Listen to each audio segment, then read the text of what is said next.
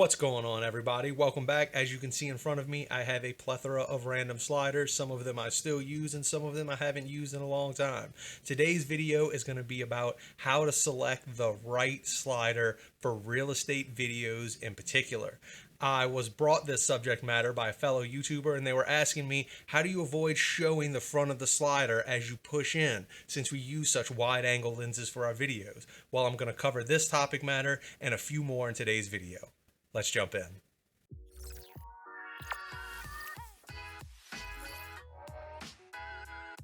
What's going on, everybody? As I just mentioned, I've got a lot of sliders in front of me, and I'm missing a bunch from the collection through my roundabout. What I basically have left are the sliders I still use and some of the things I first started with. And I'm going to tell you the vast difference in them because some of them still work for other things, but I'm going to talk really specifically about real estate video this time. And as I mentioned in the top, when we do real estate video, 80% of the shots we provide are super wide angle shots.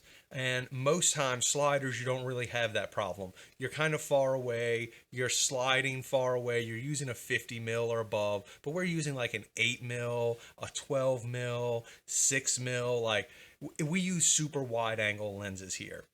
And the problem that occurs is that we'll take this slider as an example because it's really close to the same size as my Canovo, the K5 that I had. And I used it for a long time, and I always had the same issue. Is that, believe it or not, it was too long for what I needed.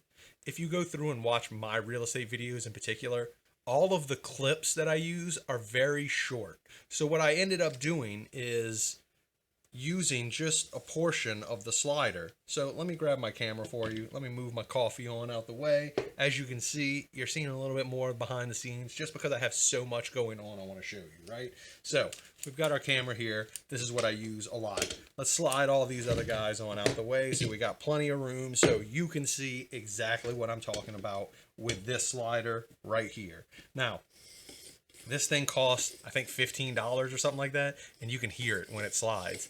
It's no bueno. But either way, I'll show you the problem that I was talking about in particular. Let me scoot back and point this way for you so you can tell. Now, whenever you put your camera up on the slider, here you go. This is the problem when you're pushing in. Now, if you're just doing slide side to side, it's not really an issue because, as you can see, there's never a point where the slider is in front of the lens. So you don't really have that issue. But the most powerful shot you really use in real estate videos are the push in and pull out shots, which is where you're going this way. Now, what happens when you're doing real estate video in particular is once you get to a certain point, you see the slider start creeping into the foreground. This becomes quite an issue, and it's exactly what I got a question about. Now, the way I used to deal with this is I'd take my big slider and I'd put it on an incline on my tripod. So that way my camera, instead of sitting flat like this, it sat like this. And now this would give me a little bit more leeway, but I was never doing a straight pull in and pull out. It was always angled down, push in, and angled up, pull out. Those were the only two options I was left with, and that's because the slider is too long. Really, that's the biggest issue, because you only need footage from the front to here. Another problem that happens with a lot of these rail sliders, as you can see, is when you've got your camera mounted, you're maxed out. The lens is already at the end. So once you hit right here, you're already maxed out for what you can pull in and pull out. Now, if you're really slow and steady, you can make it look really pretty. But with these sliders, I tended to have an issue with that. So that's why if you've ever watched my video about the wing slider in particular, this is the one I graduated to from this, and I'll show you exactly why right now. Let's crank this friction down so I can slide this thing easy. There we go. So here is the wing slider. Here is a regular slider. The way this one would work, as I just mentioned, it'd be a lot of forward and backward. Now, this one, when it's mounted, what's great about it is it retracts on its own. So when I am all the way forward, let's just put this on here and pretend I'm the tripod. So as I come back, release that grip. As I come back, it retracts on itself. there's nothing in front. So I can get back to about here before I start seeing it, which means I've got all this to play with to push in. That's why I really like the wing slider, because as you slide back with this, none of this goes away. It's still there. But with the wing slider, when you're fully extended, here, you come back together. There's where you max out on a regular slider. You can come all the way back to here before you start recognizing this with the wing slider. So that was my first big step up, should I say. This is what really allowed me to start a really good push-in game, if you will. It allowed my push-ins to look amazing. I could push in past things to show real dynamic range between the foreground and background as I was entering rooms. It makes it feel larger, and it also, like I just said, it gives you more motion in the shot so you can tell something is going on. Even though my slides are butter smooth, you can tell more is going on. So that is my big issue with these big rail sliders. The other issue I encountered all the time is the mount point is in the center right here. So this is where it attaches to the tripod.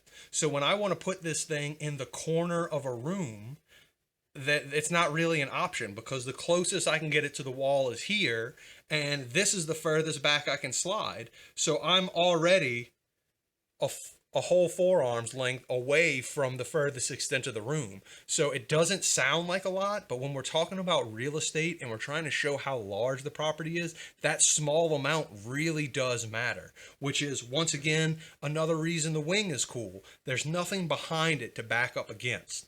But I did encounter some problems with the wing. And that's sometimes where you got to put your camera. You can't be there to physically operate it, or you'll be in the shot. And that's when I kind of started moving over from the wing to the Slider 1 Pro V2. I'm pretty sure I got that right. So let me set the wing down. Actually, you know what? We'll keep this out for now, just so I can show you. Now, if you can see this, first of all, it's not that much larger than the total sway area of this that I mentioned earlier. You can only get back about this far before you see the front end, which is totally fine, because as I mentioned before, the clips I use are very short for my videos. So I instead bought a short slider. The best thing about this slider, not only is it automatic, so it works off of battery. Look, when I mount it center point, instead of having all of this room before I push it against the back wall, I've got all of this. And it was designed so that way my lens, when this is mounted up here, look how much further it is from the front of the slider itself. So if we put these two together for you, back this up, the front of this one mounts here, and then this one mounts here. Not only is there more room here, it's also mounted a little bit higher up. Now, granted, I have a ball gimbal on this and I don't on this, and that's because this one actually gave me a lot of issues the more weight I put on it. This one seems to be really good with weight, so it sits up nice and high. Another problem I had when I had the ball head mounted to a traditional type bar rail slider is there was a lot of play on the top with the camera, and once you got past the first few seconds, it was easy to negate that play. But the problem, once again, is when you only have a little bit of throw, you don't have very much time to deal with that wiggle and play in the beginning, which is why I ended up finding the motorized unit to be the absolute best for me. Now, let's go ahead and move this guy out the way and tell you why this guy's better. Because it will also allow me to put this in a corner of a room, and if there's mirrors somewhere I can't see myself, I can put this whole unit somewhere where I can't physically be and let it run all on its own. I just step outside the room, barely tap the fan so it's just moving a little bit, and press the button. Blickety blam, it does its thing for me. I watch it on the remote. I can see when it's done. I walk back in the room and grab it. The disadvantage to the manual slider like the wing, the only disadvantage really in my opinion, is the fact that it does have to be manual. You do have to be there. So you can't get shots in areas where you can't stand. If you can't physically stand behind this thing and move it, you still got to be between you and the wall. So now you've got that distance between you and the wall. Once again, when I bring this in, there isn't that distance. It's sitting right up against the wall where I normally stand. So it can get a wider view of the room, and that's why I like it more. I go back to the fact that I really like the tactile feel of this. If I use a regular slider, a manual slider, it is always the wing. I like the way it retracts. I like the tactile feels. I never, ever use a bar slider anymore. Maybe if I was doing some sort of super professional rig and I had a very heavy rig, those are something totally different though. For what I do in real estate videos, I'll never go back to this traditional style. As a matter of fact, I doubt I would even go back to this style. I use it occasionally, but believe it or not, I use it very infrequently. I use this now as my secondary camera setup whenever I'm doing extra rigs. This has pretty much become 90% of what I do because it allows me to make the rooms look larger, and that's what agents care the most about, is how large these rooms look. Another cool thing about this that I can't do with this, and that was a really big pain in the butt with one of these old school slider styles, is that I can just quick disconnect this off my tripod, set it on a countertop, and use it. These things are kind of a pain in the butt. These come off, and my Canovo was the same way. It had these little feet on it that had to come off when I put it on my tripod, but whenever I wanted to set it down somewhere, if I wanted to be able to level it properly, I had to have the feet. This one, it's kind of got these little feet built onto it, so it's really nice. You just take it off and set it down wherever you want. It takes a second for me to take it off of a tripod, set it next to the sink, and let it run. Once again, I can do everything with the remote control, and that's why I like it the most. So, back to the topic matter at hand that we started this video with. Before I went on this big ride of all the sliders I've ever been through and why this one's the best, I keep coming back to this Edelkrone Slider 1 Pro V2 because it is the number one thing I have purchased for my photo and video business that's really allowed me to double the amount of work that I do. Real estate agents notice that my shots are wider than most other agents, and it's because of this slider right here.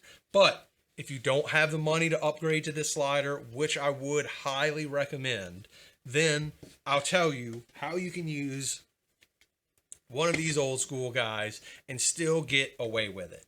Now, you're never going to be able to push in without using an angle on it. So instead of putting your tripod level and like you would normally do to slide in and out, you are always going to have to incline it one way or the other. So you're going to incline it, you're going to put your camera on top and point it out like this, so it's not pointing down, and this will allow you to get an extra few. So before I could only slide a small distance.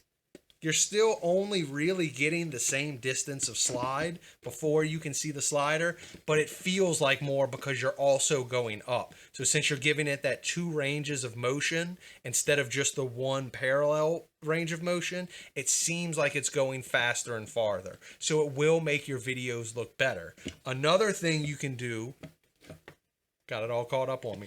Another thing you can do is angle it.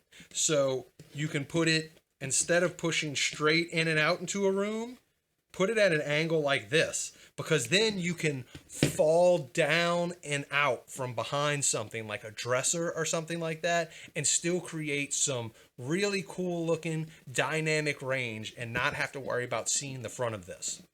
The only way you're going to get more slide in real estate video with a wide angle lens is going left to right or angling the slider one way or another.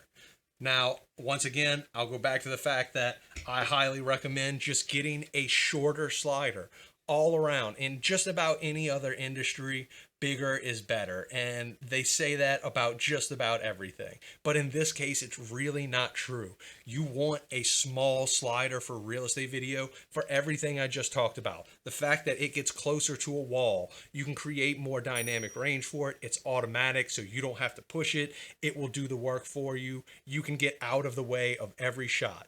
This right here is your answer. If you don't want to see the front of your slide, either get the Edelkrone Slider 1 Pro V2, or you can use any other type of mechanized slider. I see a lot of people use the Rhino Arc 2. In my personal experience, the slider is too long. It's about twice as long as this guy is. And that encounters the first issue that I had the rail system, is that I just can't get it close enough to the wall for it to make sense. I can put this directly against the wall on the back and I can do a straight slide. And if my camera, so let's say this is the back and this is the front, I am now put this up against the wall. This is all the way on the back and I can't see the front of the slider. So my camera is physically starting at the wall and pushing into the room, which makes it seem a whole lot larger than starting 1.5 feet into the room and pushing in. So that's really my advice. My advice when it comes to sliders for real estate videos in particular. Get a short one. If you can, get an automatic one. I recommend this one, but it's expensive. I understand if you can't get it. I highly recommend just getting something smaller. It will all around be better for you. And when you're getting something smaller, usually they cost a little bit less than the longer one, so you can get a better quality one. It's all about the quality of the slider, because this thing right here costs 15 bucks, and when you slide it, it feels like it. I can loosen it up. It's like, listen, you hear that, and every time you hear that, you can feel it and you can see it in the video. So that's all post work you're going to have to do. You're going to have to run some sort of stabilizer, whether it be warp or stabilizer from DaVinci Resolve like I use. It doesn't matter. You're still going to have to correct that footage. If you get a high-end, very nice slider, you won't have that problem. The reason I really like this one, it's all geared on the inside. My old Canovo K5, which is a traditional rail slider, I ended up somehow getting like a bump or a crease in one of the bars, and every time I passed over it, the camera doot doot doot doot. So every time doot doot doot doot, and it just drove me banana sandwich. And I don't think that's actually possible with the way this is designed all internally like this. So either way,